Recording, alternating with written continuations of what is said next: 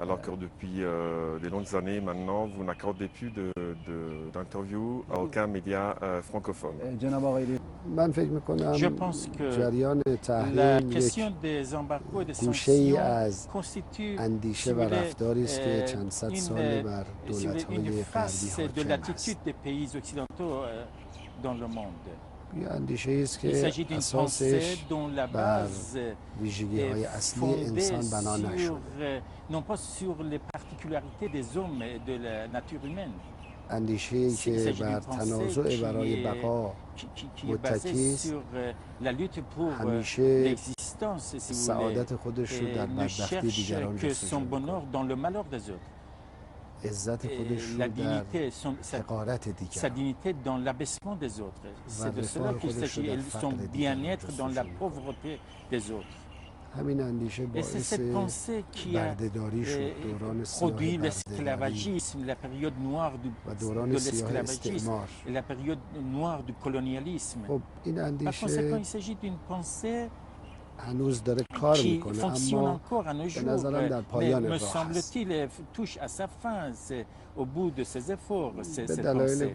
Et pour différentes raisons, je pense que cette pensée touche à sa fin. La principale raison, ce sont les conditions internationales. Il faut voir que les méthodes du colonialisme, de l'impérialisme, de la domination, de l'hégémonie touchent à leur fin parce que c'est l'impasse. L'impasse réside dans son essence, dans l'essence de ces pensées. Et ce mouvement se confronte à ses limites. Par exemple, dans le domaine de l'économie, il y a un pillage des richesses des autres nations, mais cela a quand même des limites, une capacité. Alors, injection du dollar dans l'économie internationale, ça a des limites. Et après un certain niveau, ce seront les économies occidentales, ce sont les économies de ceux qui ont injecté du dollar dans le monde sans appui que ces économies en souffriront. Par conséquent, il s'agit d'une pensée qui vit ces derniers jours. Et sur le plan humain également, je pense que cette pensée touche à sa fin. Il faut savoir que l'âme des êtres humains, l'âme des communautés humaines à travers le monde ne sont pas satisfaits vis-à-vis de cette pensée dominante, parce que les hommes cherchent à se parfaire, à se perfectionner. Et ce niveau de l'humanité, c'est-à-dire s'imposer aux autres et chercher l'hégémonie sur les autres, parce que les hommes cherchent leur vérité. Leur vérité. Vous voyez, nous sommes témoins d'un éveil à travers le monde. Et la conséquence, c'est la lutte contre l'ordre international dominant. Par conséquent, cette pensée touche à sa fin. Mais qui sont derrière cette pensée? Je pense que ce sont les sionistes.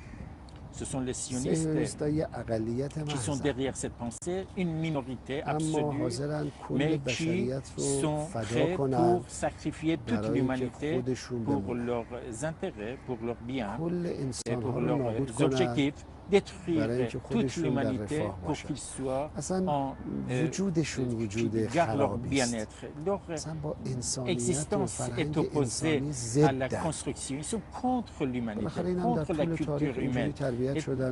C'est l'éducation, c'est leur éducation. Dès le départ, ça a été ainsi, le sionisme. Et vous voyez ce qu'ils font dans le monde. Ils sont en train de sacrifier toute l'Europe dans une guerre, la première guerre, la seconde guerre. Qui est-ce qui était derrière cette guerre? Aujourd'hui, nous avons les documents historiques, les preuves historiques. Nous savons parfaitement que ces deux grandes guerres mondiales ont été produites à la suite des 70 millions de personnes ont péri dans cette guerre en Europe. Ce sont les sionistes qui ont tiré le plus de profit. Et puis ensuite, la destruction culturelle, parce que les hommes doivent perdre leur identité pour qu'ils puissent s'accaparer des centres de direction du monde.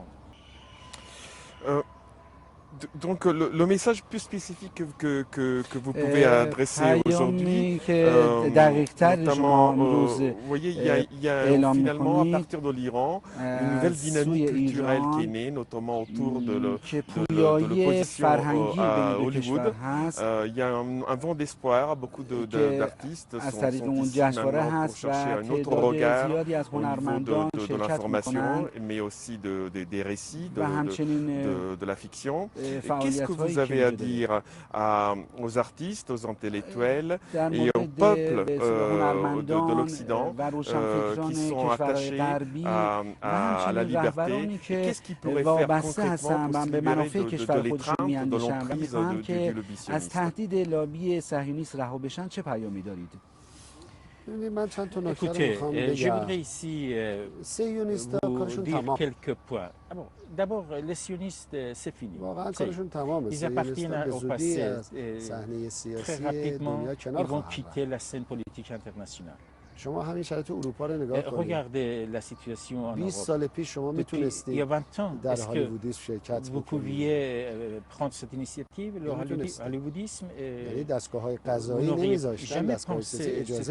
Les appareils judiciaires et politiques n'auraient jamais vous permettre d'organiser de telles conférences. Aujourd'hui, tout le monde connaît le sionisme, et même les écoliers aujourd'hui. Et sur le plan philosophique, le sionisme a échoué. L'identité du sionisme, c'est son histoire, son existence, tout est en question partout dans le monde et en Europe. Il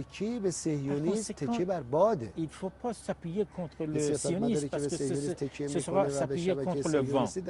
Un homme politique qui s'appuie contre le sionisme, c'est comme s'il s'est appuyé contre le vent. C'est-à-dire son avenir sera rien. Un homme politique doit travailler à long terme pour son pays. Même s'il peut travailler pour lui-même, il faut savoir que les sionistes, c'est fini. Ça appartient au passé. Les sionistes ne sont pas de bons amis. Nous avons lu, vous savez, l'histoire de l'Europe, de l'Occident est pleine de personnalités indépendantes qui ont cherché d'agir contre le sionisme et ils ont échoué, ils ont été maltraités, calomniés. Et par conséquent, les sionistes, c'est fini, ça appartient au passé. Et en Europe et aux États-Unis, nous allons être témoins dans un avenir proche d'un soulèvement contre le sionisme. C'est évident, il s'agit d'un éveil qui s'est produit, une prise de conscience sur la scène internationale. Et les gens ont pris conscience de ce rançon depuis 60 ans donné aux sionistes. Pourquoi les gens en Europe doivent payer pour que les sionistes tuent les Palestiniens? Quelle est cette logique? Pourquoi les Européens doivent donner des des impôts pour que les Palestiniens soient tués? Mais les Européens vivent dans une crise, ont des problèmes. Et on lutte contre les Palestiniens par l'argent des Européens. La réponse à ces questions, ça veut dire la fin du sionisme. Il y a deux catégories de personnes. Alors donc il faut que les hommes politiques réfléchissent à l'avenir, pensent à l'avenir, s'ils veulent rester avec leur peuple.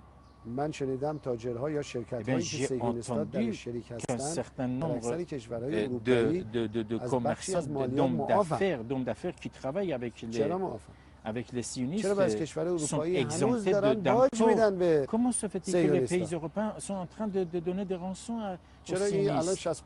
Depuis 70 ans, depuis la fin de la guerre, les sionistes trouvent de l'argent. Mais ces gens-là qui gouvernent aujourd'hui le sionisme international n'étaient pas présents au moment de la guerre. Comment ça fait? Quelle est la logique qui veut cette situation? Par conséquent, c'est fini. S'agissant du hollywoodisme, je voudrais vous dire un mot. Le hollywoodisme aussi est un signal, un éveil, un événement majeur.